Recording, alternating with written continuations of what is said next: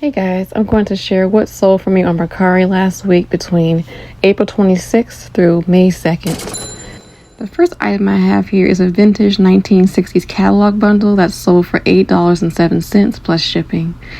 I bought these catalogs from a yard sale last summer, and I honestly didn't list these until late January of this year. Next, we have a vintage book bundle that sold for $32.34 plus shipping.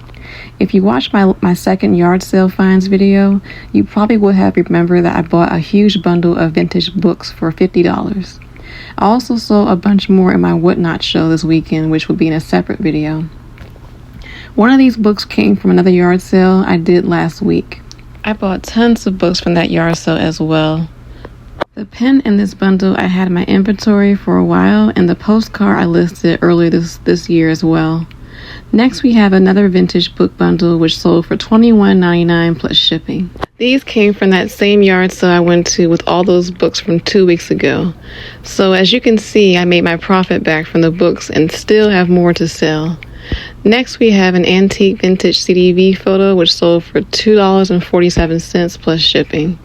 It was originally $7.99, but I had it for a while and was okay with that sale. I buy a bunch of these for around $7 offline, so I still make my money back from them. Next, we have a vintage Puerto Rican label lapel pen, which sold for $5.24. I bought a bunch of these pens last summer for like $10, which was a steal. I sold a lot of these pens over the past couple of months. Next, we have a vintage eyeglass holder, which sold for $8.60 plus shipping. I almost kept this for myself, but need to let stuff go. The last item that I sold on Mercari last week was this Dante's Inferno antique book from 1906.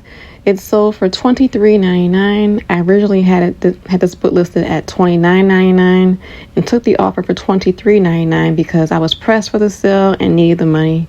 I got this book last weekend as well with my huge book bundle.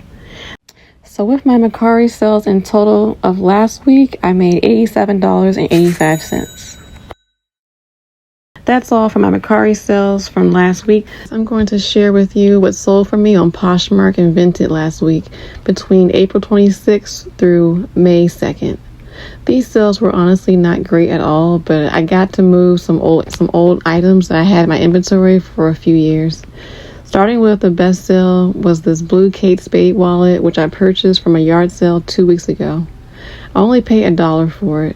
It sold for $21 plus shipping, which wasn't too bad considering what I paid for it. The next item that I sold was this Democracy top, which sold for $6 plus shipping. It sold for that amount since it had a hole in the side, which I did not find till I got home. I bought a bunch of items along with this top for just $10, so it was practically free for me anyways. The last item that sold was this vintage floral teacup and saucer set. It sold for $7. I had it in my inventory for a few years, so I was okay with that sale. I think I paid $3 for it.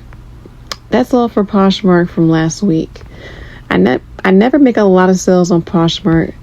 In total, I made $23.90, minus the Poshmark fees.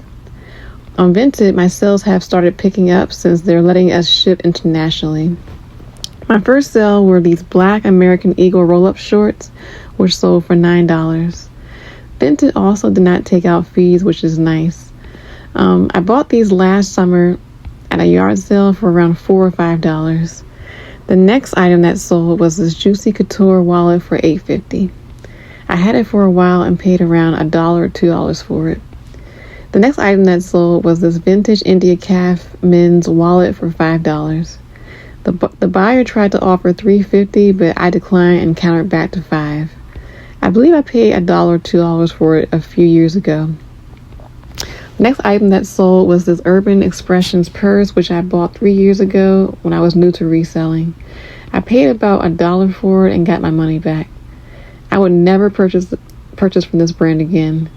The last item that sold was this floral print Pleone blouse, which was another bad buy. I bought it about 2-3 years ago and would never buy from that brand again. Pleone always seems to sit and never seems to sell for much. I'm happy to have got rid of it. I believe I paid $1 for it. That's all for my vintage sales. In total, I made $24.50.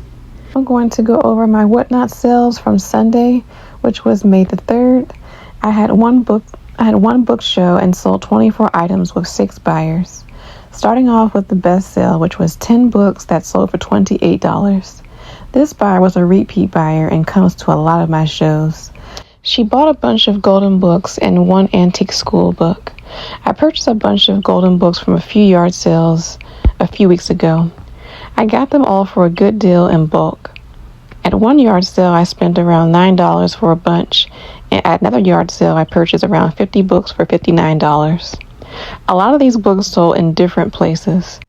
Some sold on Mercari, which I shared in a different video from last week's sales. The next sale was from a new buyer who purchased 7 books for $24. She also purchased a bunch of golden books, which I got from the same yard sales that I mentioned earlier. Some of these are listed for different amounts due to different buyers bidding on them. The next sale was from another new buyer who purchased 3 golden books as well for $9.